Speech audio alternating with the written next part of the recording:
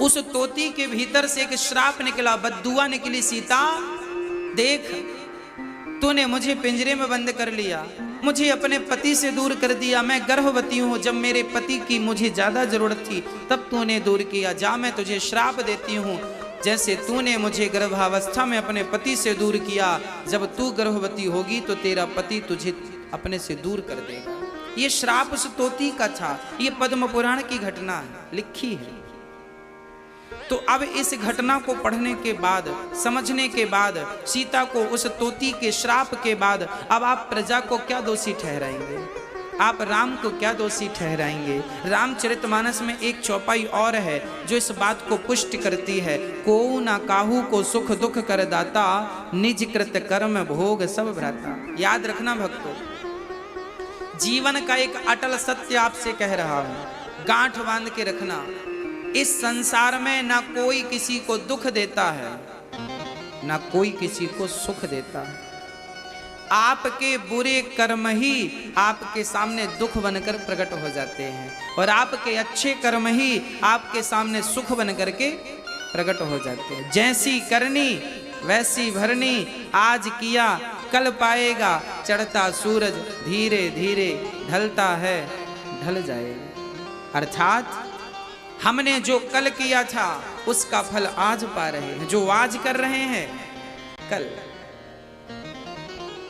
तो सीता माता के दुख का कारण भी उनके अपने ही वो कर्म थे, इसलिए किसी को कोई दोष देने की जरूरत नहीं।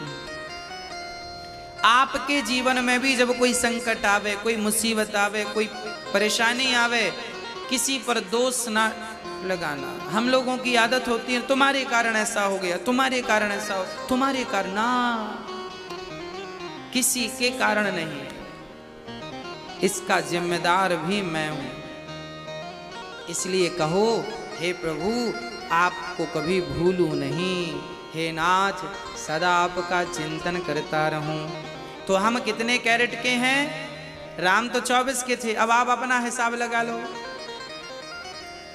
चलिए, अब आप कोई 2 कैरेट का ही रह गया, कोई 10 कैरेट का रह गया, कोई 15 का, शायद मुझे लगता है कोई 24 का हो, और हो तो फिर उन्हें मैं प्रणाम भी करता हूँ। यदि कोई 24 का है तो उन्हें प्रणाम, और नहीं है तो मेरी आपसे ये भी प्रार्थना है, अपनी शुद्धता बढ़ाओ। हाँ, जो आपके भीतर मिलावट हो गई है हटा दो। भाई भट्टी में डालने से सोना शुद्ध हो जाता है ना, कचरा अलग, फिर बच गया सोना। तो आपके पास भी ऑप्शन अभी है कि आपके भीतर जितनी बुराइयां हैं, काम क्रोध लोभ ना जाने क्या क्या, सब कुछ अभी भी समय है, कुछ बिगड़ा नहीं है। आप अभी भी सब कुछ निकाल बाहर करो और शुद्ध बुद्ध भाव से बस गोविंद का चिंतन करो। हे नाथ मैं आपको कभी भूलूं नहीं, बच्ची उम्र भगवान को दे दो, खत्म। तो मनुष्य का धर्म, अब आप मनुष्य हो गए ना 2% ही सही। अब मैं बताऊं मनुष्य का धर्म क्या है। मनुष्य का धर्म है सत्य बोलना। राम ने कभी अपने जीवन में असत्य भाषण नहीं किया, पूरी जिंदगी में 11,000 वर्षों तक राज्य किया है राम ने, 11,500 वर्षों कभी झूठ नहीं बोला राम जी। तो राम सत्यवादी हैं। हमें भी कोशिश करनी चाहिए जो भी शब्द निकले सत्य ही निकले, हम झूठ ना बोलें। झूठ बोलकर आप 10 करोड़ रुपए कमा लो, वो 10 करोड़ 10 जगह से चले जाएंगे, और सच बोल करके आपने 10 रुपए कमाया तो वो आपके पास रहेंगे, आपका काम करेंगे, आपकी समृद्धि बढ़ाएंगे, आपका यश बढ़ाएंगे, आपको निरोगी रखेंगे। पाप की खीर पूड़ी और मेहनत की नमक रोटी अच्छी है। पाप की खीर पूड़ी से अच्छी मेहनत की नमक रोटी अच्छी है। अब आप ही निर्णय करिए कि आपको किस प्रकार जीवन चुनना है, सत्य के मार्ग को चुनना है, असत्य के। देखिए आप स्वतंत्र हैं, दोनों मार्ग आपके लिए ईश्वर ने खोल रखे हैं, सत्य का भी असत्य का भी, अच्छा का भी बुरा का भी।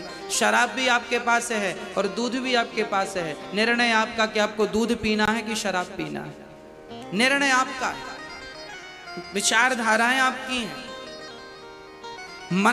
मनुष्य का धर्म है सत्य। राजा हरिश्चंद्र बिक गए पर सत्य को नहीं छोड़ा। हाँ, भागवत जी का प्रश्न दूसरा ये है, ईश्वर सगुण है या निर्गुण है? भगवान को हम क्या कहकर पुकारें, सगुण कहें या निर्गुण कह दें? अच्छा आप बताइए, भगवान सगुण है या निर्गुण, साकार है या निराकार है? बताइए। ईश्वर, कोई आपसे पूछे भगवान साकार हैं या निराकार है, तो आप उनसे ये कहिएगा ईश्वर दोनों हैं। ईश्वर साकार भी है, ईश्वर निराकार भी है। कैसे? बोले ऐसे, जैसे पानी निराकार है, पानी का कोई आकार तो नहीं है इसलिए निराकार। जिसका कोई आकार ना हो उसे निराकार कहते हैं, जिसका कोई आकार हो उसे साकार कहते हैं। तो पानी निराकार है, पर वही पानी जब कटोरी में भरकर फ्रिज में रखते हैं तो पानी बर्फ बन जाता है। पानी तो निराकार था पर बर्फ का एक आकार बन गया। तो जो पानी अभी निराकार था वही थोड़ी देर बाद आकार ले चुका है, साकार हो चुका है। तो पानी निराकार तो है पर जरूरत पड़ने पर वो साकार भी हो जाता है। उसी प्रकार भगवान निराकार तो है पर भक्तों के प्रेम की फ्रिज में जब भगवान प्रतिष्ठित होता है तो वही भगवान भक्तों के लिए साकार बन करके, राम और कृष्ण बन करके प्रकट हो जाते हैं। वही निराकार। निराकार कौन है? बोले आदि नारायण। जो नारायण है ना, जो नारायण है वो निराकार है, परंतु वही निराकार राम बनकर प्रकट हो गए, वही निराकार कृष्ण बनकर प्रकट हो गए, हम सबके लिए साकार बन के आ गए। तो आप साकार में मन लगाएं या निराकार में मन लगाएं, कोई बात नहीं है। पर एक बात तो बिल्कुल कन्फर्म है कि आपको निराकार में मन लगाने के लिए साकार का सहारा लेना ही पड़ेगा। फॉर एग्जाम्पल, एक उदाहरण से समझ लेते हैं। मैया जी, ओ मेरी माँ, समझ में आ रही है बात? हाँ, जरा सुनिएगा। आपसे मैं अभी कहूं कि अपनी माँ का ध्यान करो। आपकी माँ की आंख कैसी थी, आपकी माँ के गाल कैसे थे, आपकी माँ की सूरत कैसी थी, जरा ध्यान लगाओ। आपकी माँ, जरा कोशिश प्रैक्टिकल करो, मैं आपको प्रैक्टिकली समझाऊंगा। जरा देखो आपकी माँ कैसी, देख लिया ना? बस आपकी आंखों के सामने माँ की सूरत उतर आई, हाँ या ना? प्रत्यक्ष प्रैक्टिकली चीजें हैं। अच्छा, आपकी आंखों के सामने माँ की सूरत क्यों उतर के आई है? क्योंकि आपने अपनी माँ को देखा है। अब आप जरा दूसरी बात सुनिए कि जिस बच्चे की माँ बचपन में ही मर गई थी, बच्चे को जन्म दिया और बेचारी चल बसी, उस बच्चे से कहा जाए कि तुम अपनी माँ का ध्यान करो, कैसी थी माँ, कैसी थी, उसके गाल कैसे थे, उसका मुंह कैसी थी, सूरत, क्या वो ध्यान कर पाएगा? बोलो, क्यों नहीं करेगा? क्योंकि उसने कभी माँ को देखा ही नहीं। अरे भाई, माँ को जब आप सामने देखोगे तभी तो माँ के ना रहने पर भी उसका ध्यान कर पाओगे। माँ को देखोगे ही नहीं तो उसका ध्यान कैसे कर पाओगे? उसी प्रकार मंदिर में जब भगवान को देखोगे ही नहीं तो भगवान का ध्यान कैसे करोगे? इसलिए तो सगुण की जरूरत पड़ती है कि सगुण से ही आप निर्गुण तक पहुंच सकते हैं। पहले माँ को देखा मतलब वो सगुण थी, अभी माँ को आपने नहीं देखा फिर भी उसका ध्यान कर लिया, ये निर्गुण है। सगुण को देखा तो निर्गुण तक पहुंचे, सगुण को देखा ही नहीं तो निर्गुण तक पहुंचने का सवाल ही खड़ा नहीं होता। हाँ या ना? बात समझ में आई आपको? माँ को देखा ही नहीं तो ध्यान किसका करेगा? सगुण को, माँ एक सगुण है ना, माँ का एक आकार मतलब सगुण है, पर वो सगुण जब चली गई, समाप्त हो गई तो सगुण निर्गुण हो गई। पहले माँ सगुण थी, मेरे सामने थी, अब माँ नहीं है मतलब माँ निर्गुण हो गई। तो सगुण को देखा तब तो निर्गुण में ध्यान लगा, सगुण को देखा ही नहीं होता तो निर्गुण में ध्यान कैसे?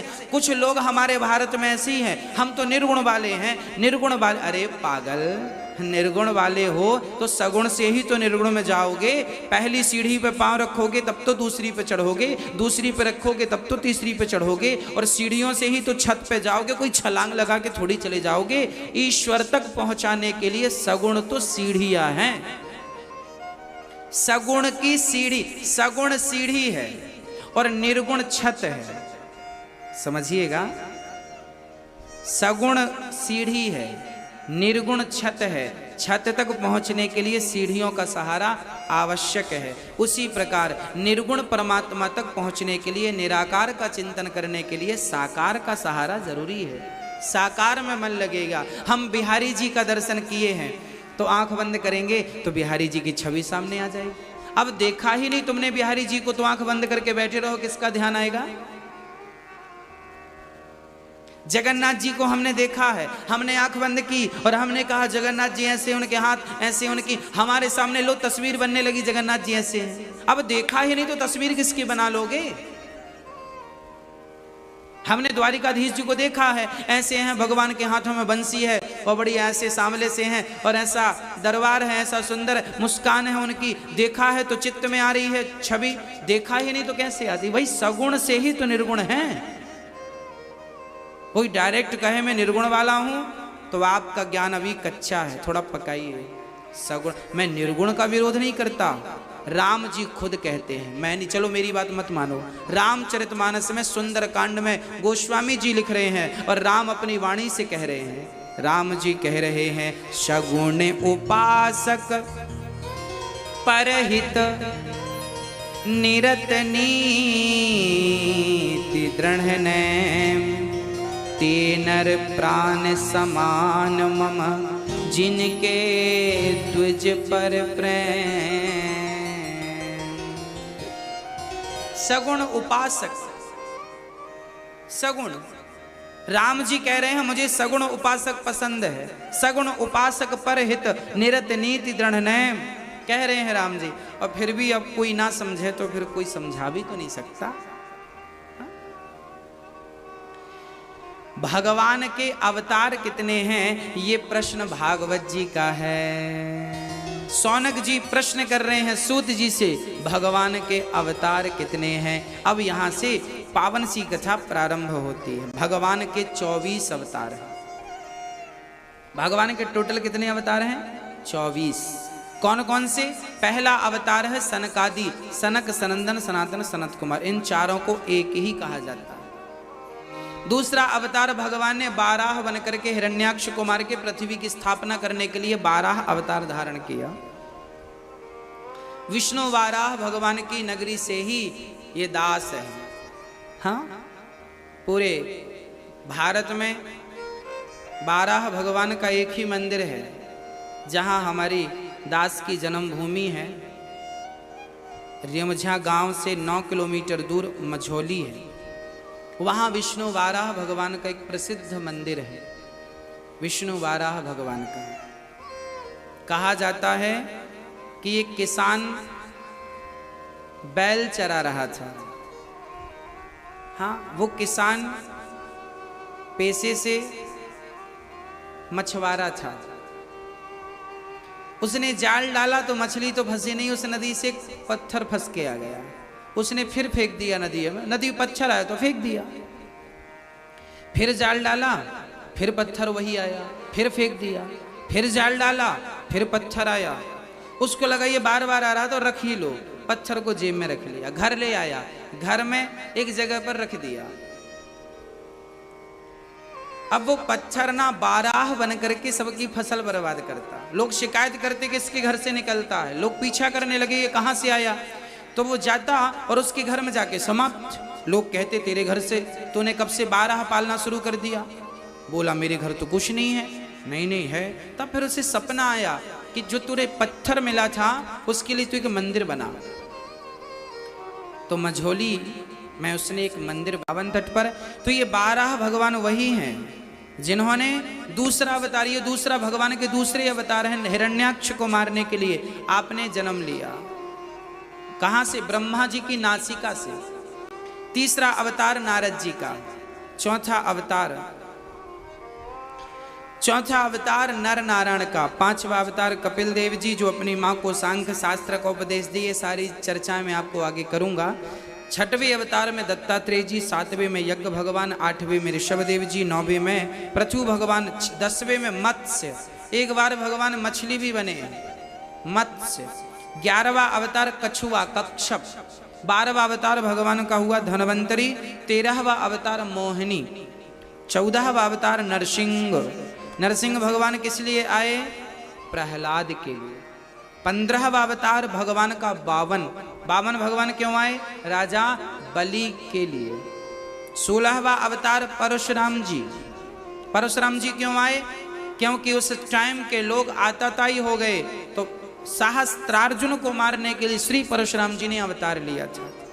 17वां अवतार व्यास जी, जिन्होंने 17-18 पुराण और वेदों का विस्तार और महाभारत जैसा दिव्य ग्रंथ लिखा। ऐसे व्यास जी 17वें अवतार। 18वां अवतार त्रेता में राम जी का, भगवान श्री राम जी का। 19वें अवतार में बलराम जी भी भगवान के ही अवतार हैं। 20वां अवतार हुआ है श्री कृष्ण भगवान 20वें अवतार हैं। 21वें अवतार हैं बुद्धावतार, जो कलयुग में हुए हैं। बुद्धावतार, बुद्ध भगवान। 22वें अवतार में भगवान हरि अवतार, जिन्होंने हाथी को बचाने के लिए हरि अवतार धारण किया। हाथी का पांव मगर ने पकड़ा था एक बार, आगे मैं कथा सुनाऊंगा। हाँ, उनके लिए भगवान ने अवतार।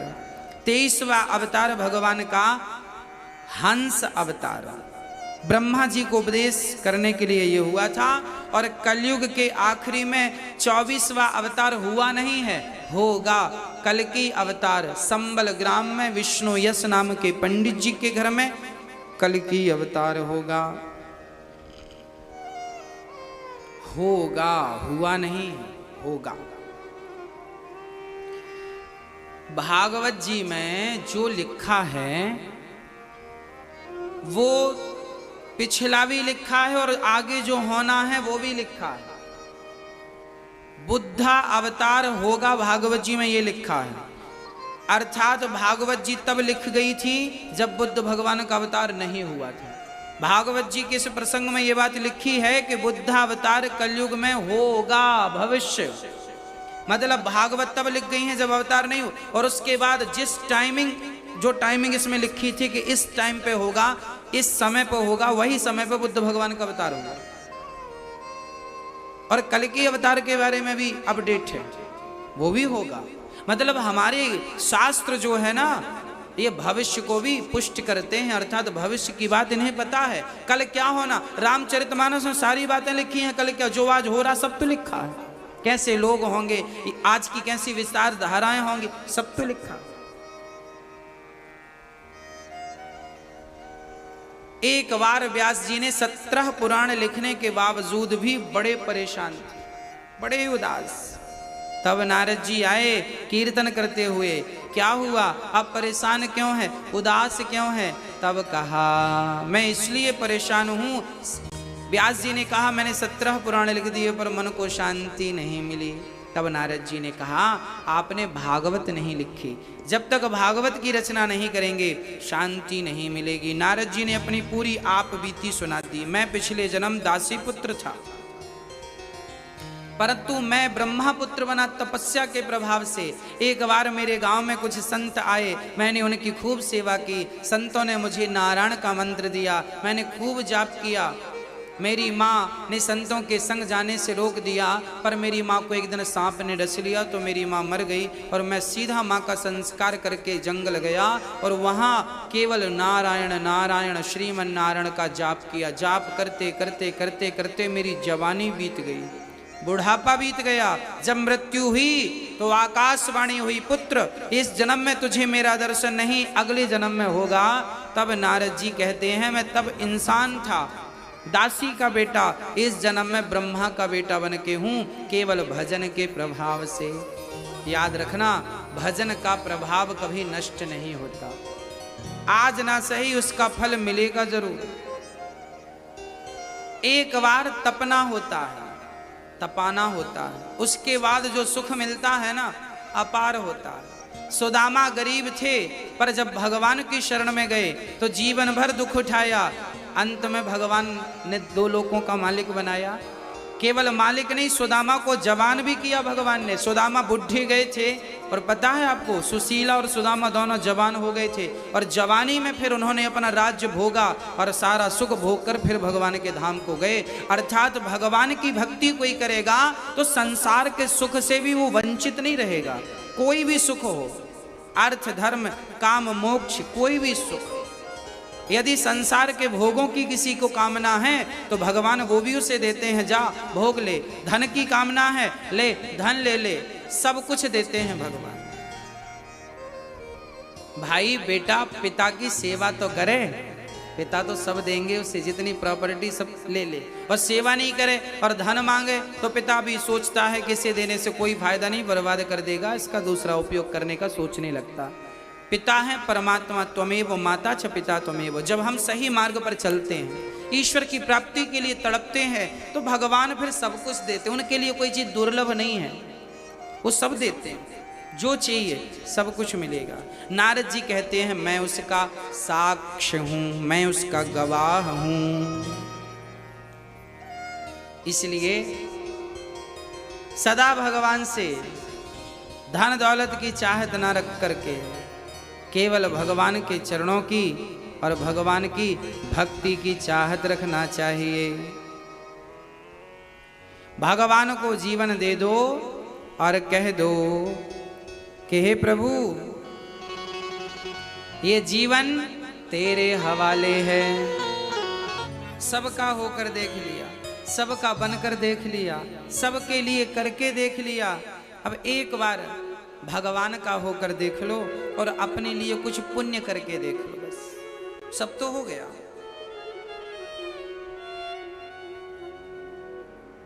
कब तक करोगे?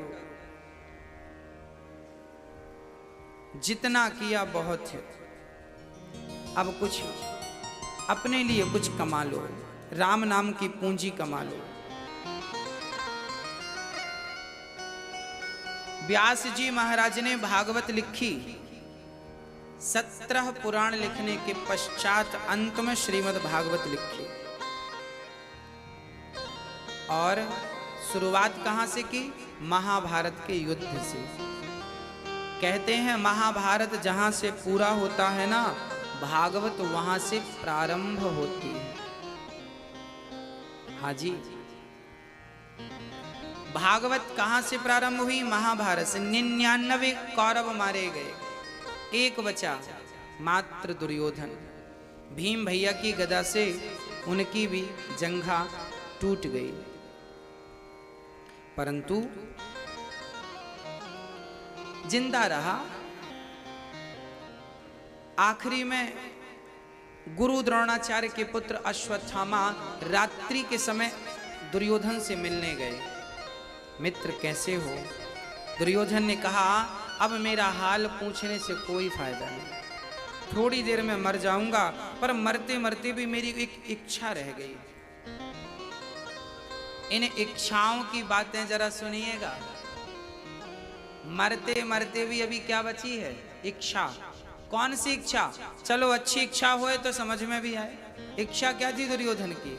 कि पांडवों को हम मरा हुआ देख लें बस। 5 की 5 में एक भी नहीं मरा। दुख इस बात का है कि हम 100 में एक भी नहीं बचे और वो 5 में एक भी नहीं मरा। अच्छा, ऐसा क्यों था? हम 100 में से तो एक भी नहीं बच रहे हैं और वो 5 में एक भी नहीं मरे। क्यों ऐसा था? ऐसा इसलिए था कि जिनके सिर पर भगवान का हाथ हो उन्हें कौन क्या मारेगा।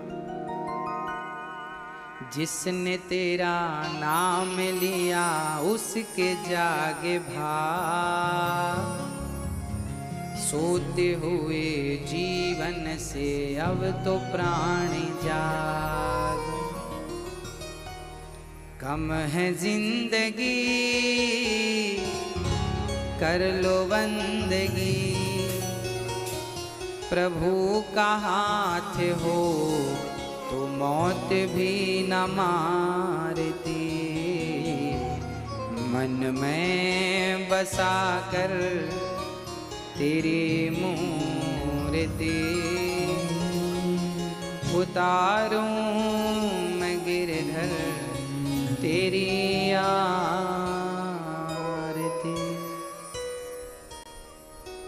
हाँ प्रिय भक्तों, भगवान पांडवों को मरने नहीं देते। भगवान जिनके रक्षक हैं उन्हें कौन मारेगा? दुर्योधन की बात मानकर अश्वत्थामा चला कि चलो एक प्रयास और कर लूं पांडवों को मारने का। अभी युद्ध में धर्म के साथ तो लड़ नहीं पाए, अब अधर्म से चलते हैं। कई बार इंसान अपनी जीत के लिए अधर्म का भी सहारा लेता है, अपने यश के लिए, अपने काम को बनाने के लिए अधर्म का आश्रय लेता है। आप याद रखिएगा, अधर्म का सहारा मत लीजिएगा। पांडवों ने कभी भी अधर्म का साथ नहीं लिया, जबकि कौरवों ने अधर्म चालू किया।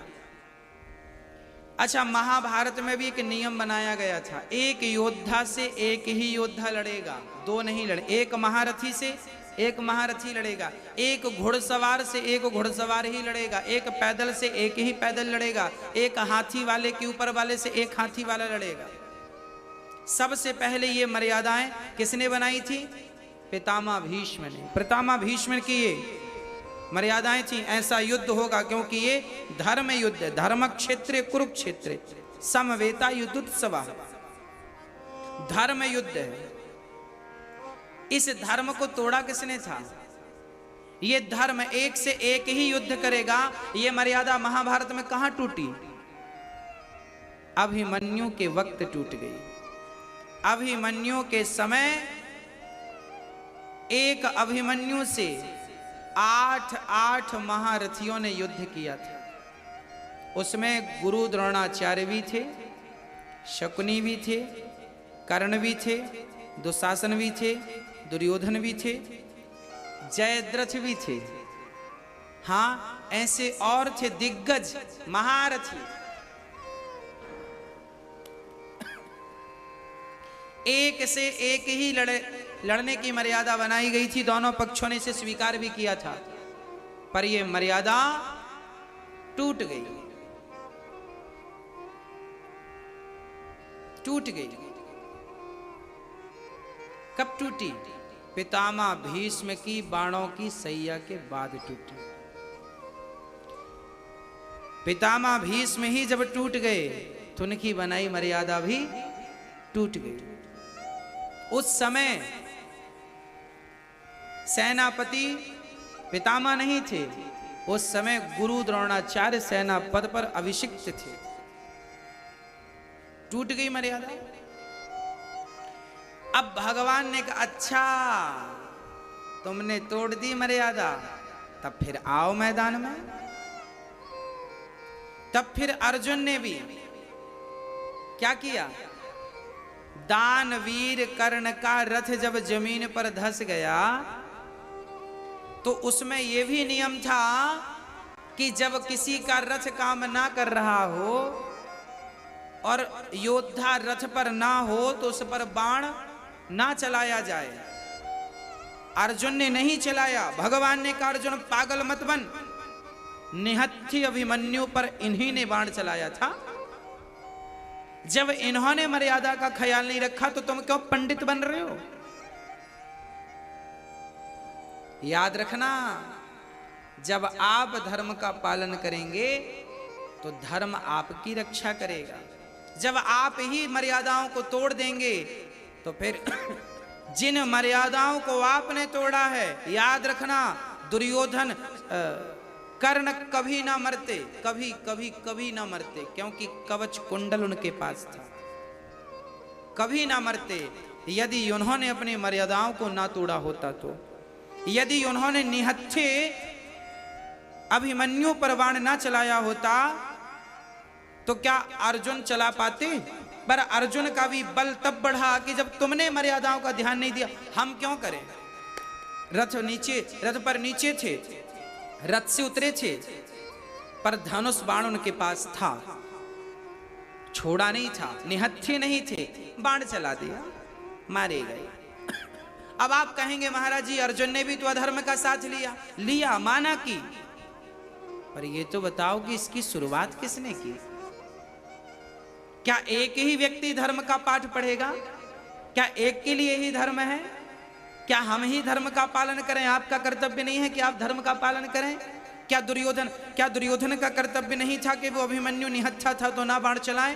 क्या पितामह भीष्म पर क्या गुरु द्रोणाचार्य का ये कर्तव्य नहीं था कि वो निहत्था है तो उसको बाण ना चलाएं, मारे ना? क्या जयद्रथ का काम नहीं था?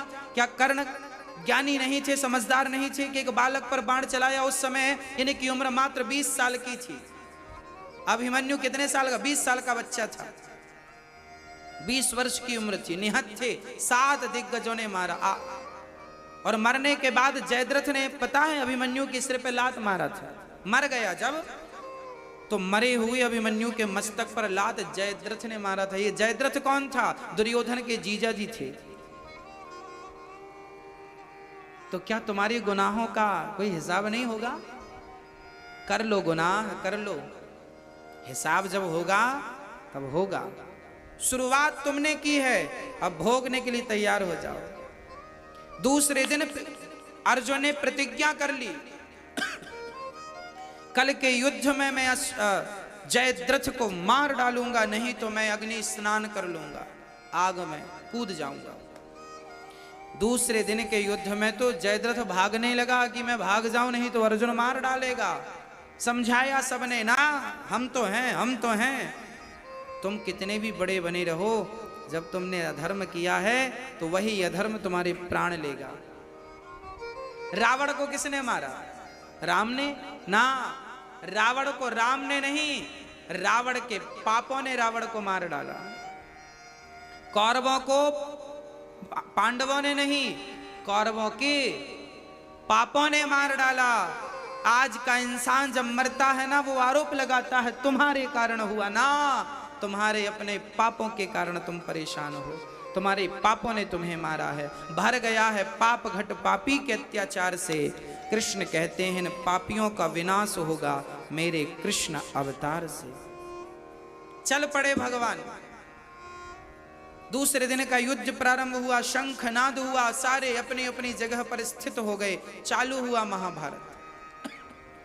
आज लंबी सेना के बीच में जयद्रथ को नियुक्त किया गया। बड़ी सिक्योरिटी थी, कोई पक्षी भी पर नहीं मार सकता, इतनी सिक्योरिटी टाइट। अर्जुन बहुत दूर थे, परंतु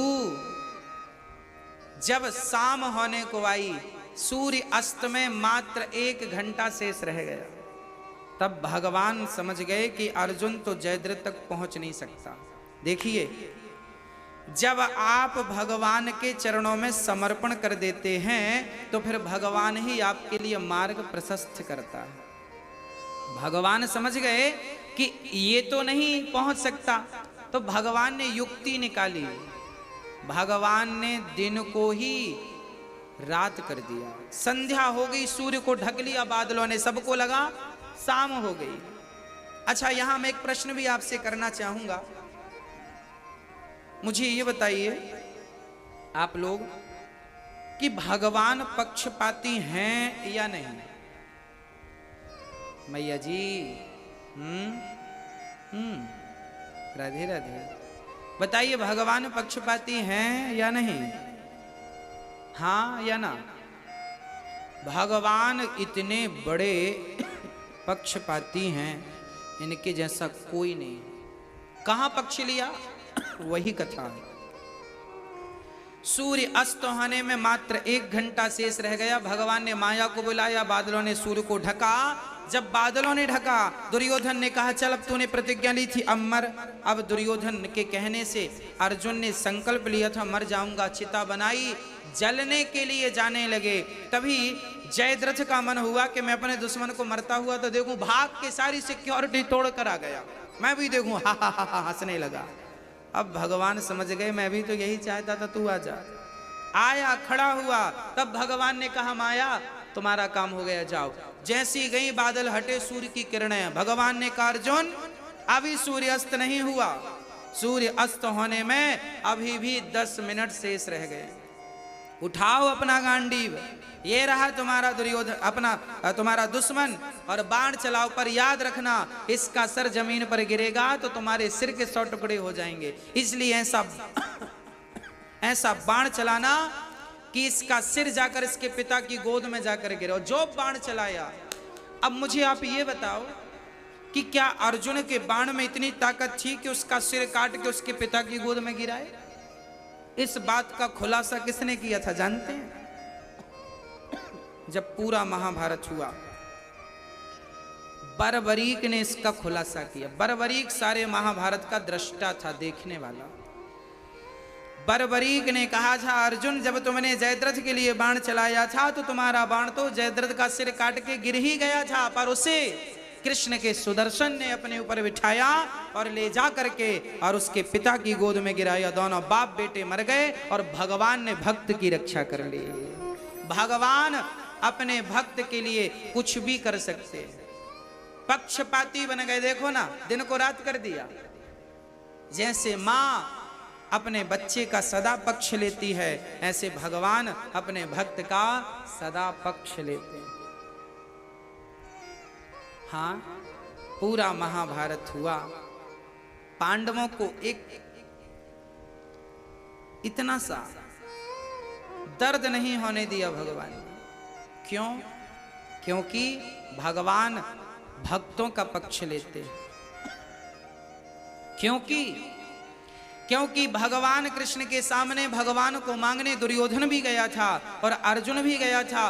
फर्क इतना है कि दुर्योधन ने भगवान से सेना मांगी और दुर्योधन ने सेना मांगी, और भगवान से अर्जुन ने सेना नहीं, भगवान से भगवान को मांगा। भगवान से मांगा दुर्योधन ने और भगवान को मांगा अर्जुन ने। तो जिसने भगवान से मांगा वो तो एक भी नहीं बचे, और जिसने भगवान को मांगा उसका बाल भी बांका नहीं होने दिया। बस आप समझ लो कि आपको भगवान से मांगना है या भगवान को मांगना है। भगवान से मत मांगिए, भगवान को मांगिए। पिता से मत मांगिए, पिता को मांगिए। आप मेरे पास आइए, मैं आपकी सेवा करूंगा। पिता से, पिता को नहीं। श्री भगवान बड़े प्रेम से अब महाभारत का युद्ध हुआ। अश्वत्थामा आया, द्रौपदी के 5 बच्चे सो रहे थे। उन 5 बच्चों को पांडव समझकर, क्योंकि 5 के एक एक बेटा था द्रौपदी के द्वारा, उनकी शकल बिल्कुल पिता जैसी थी।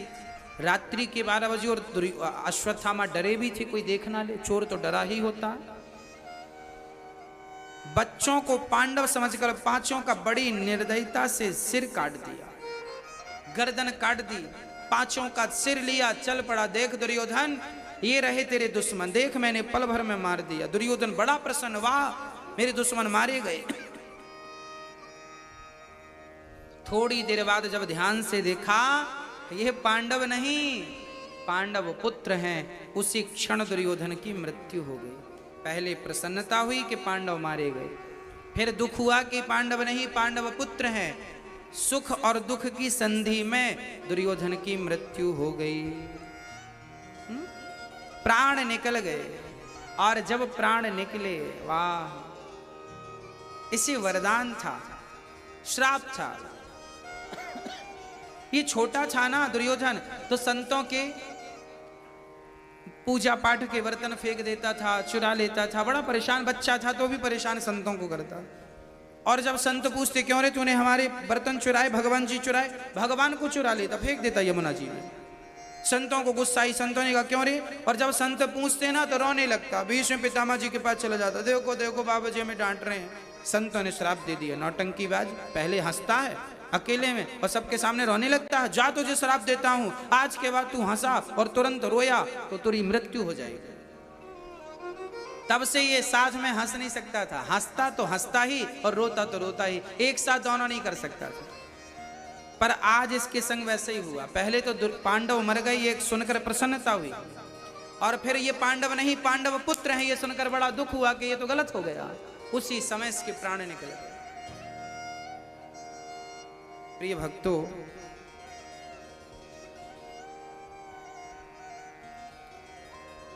अब द्रौपदी मां जो थी उसके तो 5 बच्चे मारे गए। अब यहां एक प्रश्न खड़ा होता है, भगवान के ऊपर एक उंगली उठ रही है कि हे प्रभु, आपने पांडवों को तो बचा लिया, आप चाहते तो पांडव पुत्रों को भी तो बचा लेते, इनको भी तो मरने से आप बचा सकते थे। द्रौपदी ने यह प्रश्न किया है कि प्रभु आप तो सर्वांतर्यामी हैं, सब जानते हैं, तो आपने उनकी रक्षा क्यों नहीं की? तब भगवान ने कहा, द्रौपदी इन बच्चों की उम्र इतनी ही थी, और सच्ची बात ये थी कि इन बच्चों ने जन्म ही इसलिए लिया था दुर्योधन की मृत्यु के कारण बनने के लिए। ये ना मरते तो दुर्योधन की मृत्यु ना होती, उनके लिए इनका मरना जरूरी था। मतलब ईश्वर जो करते हैं उसके पीछे प्लानिंग होती है। इस कारण से ये कारण समाप्त होगा और इस कारण से ये कारण बनेगा। लीला है। हम लोग ना तुच्छ प्राणी हैं, हम भगवान की लीलाओं को समझते नहीं हैं। अश्वत्थामा के बाल पकड़ करके घसीट करके द्रौपदी के सामने खड़ा कर दिया अर्जुन ने। देखो द्रौपदी, आपके पुत्र का हत्यारा आपके सामने खड़ा है, जो सजा देना चाहो इस हत्यारे को दे दो। अच्छा मुझे आप एक बात बताओ, यदि आपके अपनों का कोई हत्यारा आपके सामने आकर खड़ा हो जाए तो आपके क्या विचार होंगे उसके लिए? क्या आपके भीतर उसके लिए कोई दया का स्थान होगा? मैया जी, क्या आपके भीतर उस हत्यारे के लिए कोई दया का स्थान होगा? हाँ या ना? नहीं ना? पर द्रौपदी ऐसी दयालु है, द्रौपदी कहती है इसे छोड़ दो। क्यों छोड़ दें? क्योंकि दया धर्म का मूल है, पाप मूल अभिमान। तुलसी दया न छोड़िए जब तक घट में प्राण। दया का भाव कभी ना छूटे, दया कभी मत छोड़ो। दया ही ईश्वर का स्वरूप है, दया ही धर्म है, दया धर्म का मूल है। जीव मात्र पर दया करते रहिए, दया ना छूटे कभी। हाँ, दया ही ईश्वर तक पहुंचाएगी, इसलिए दया जरूरी है। हम लोगों के भीतर ना करुणा नहीं है, हमारे भीतर दया नहीं है।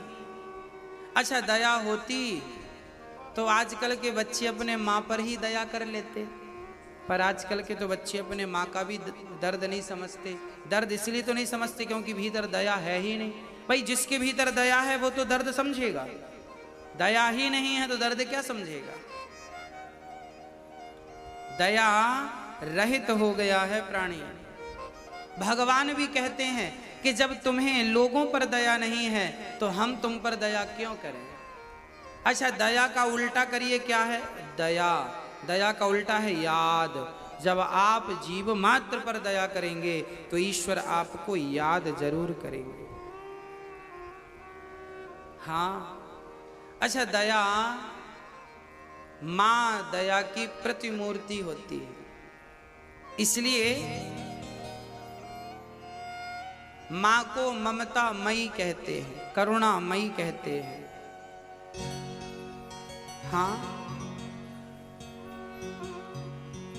इसलिए द्रौपदी एक मां है, भले उसके 5 बच्चे मर गए हैं पर वो ये सोचती हैं कि यदि मेरे बच्चे मर गए और मैंने इसे मार दिया तो कल इसकी माँ भी तो रोएगी अपने बच्चे के लिए, ये भी तो किसी माँ का बेटा है। द्रोणाचार्य की पत्नी का तो अब यही सहारा है, द्रोणाचार्य तो चले गए महाभारत में, इसको मार देंगे तो इसकी माँ अनाथ सी हो जाएगी, इसलिए मारना ठीक नहीं। माँ द्रौपदी है और हमारी माँ द्रौपदी माँ और सबकी माँ हमें यही समझाती है, करुणा करो, दया करो, माँ की दयालुता तो देखो। अच्छा एक बात बताओ, कभी भी माँ सपने में भी क्या अपने बच्चे का बुरा सोच सकती है? नहीं।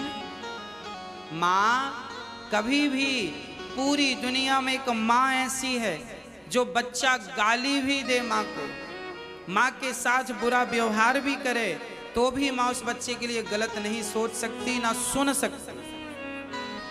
ऐसी माँ होती, ऐसी तो सिर्फ माँ होती है। याद रखना, पिता भी ऐसा नहीं होता। पिता का स्थान भी माँ से बहुत नीचा है, माँ का स्थान तो सबसे ऊंचा है। माँ सिर्फ माँ होती है, माँ जैसा कोई नहीं। इसलिए अपनी माँ और अपने माँ की पूजा, माँ का सम्मान, माँ का आदर करना जरूरी है। जो बच्चे अपने माँ की सेवा करते हैं उन्हें मंदिर जाने की भी जरूरत नहीं है। माँ की सेवा ही भगवान की भक्ति है, भगवान की पूजा है। जब माँ के चरणों को धोते हो तो भगवान स्नान कर लेते हैं, क्योंकि भगवान माँ के ही चरणों में रहते हैं, चरण में ही भगवान का वास है। तो माँ के चरणों में जल डालो, भगवान का स्नान। माँ के चरणों में फूल चढ़ाओ, भगवान को फूल चढ़ गया। माँ को भोजन कराओ, भगवान का पेट भर गया। माँ की पांव सेवा करो, चरण दबाओ माँ के, तो भगवान के पांव दब रहे हैं वो। भगवान डायरेक्ट कोई सेवा नहीं लेते, माँ से ही भगवान का कॉन्ट्रैक्ट है सारा। तुम्हारी सेवा होती जाए तो सप्लाई इस तरफ करते जाना। माँ को जब पांव दबाने से जब सुख मिलता है ना, तो माँ के भीतर से जो दुआ निकलती है बच्चे के लिए, जीता रहे बेटा, खुश रहे, वो आशीर्वाद भगवान का है। इसलिए माँ और भगवान दोनों पर्यायवाची हैं। इसलिए तो भगवान के लिए हम लोग गाते हैं, त्वमेव माता च पिता त्वमेव, त्वमेव बन्धुश्च सखा त्वमेव, त्वमेव विद्या द्रविडं त्वमेव, त्वमेव सर्वं मम देव देव।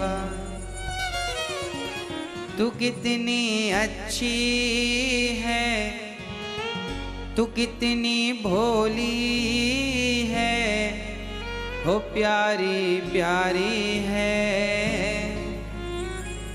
ओ माँ, ओ माँ, ओ माँ, प्यारी माँ, तू कितनी अच्छी है, तू कितनी भोली है, प्यारी प्यारी है ओ माँ,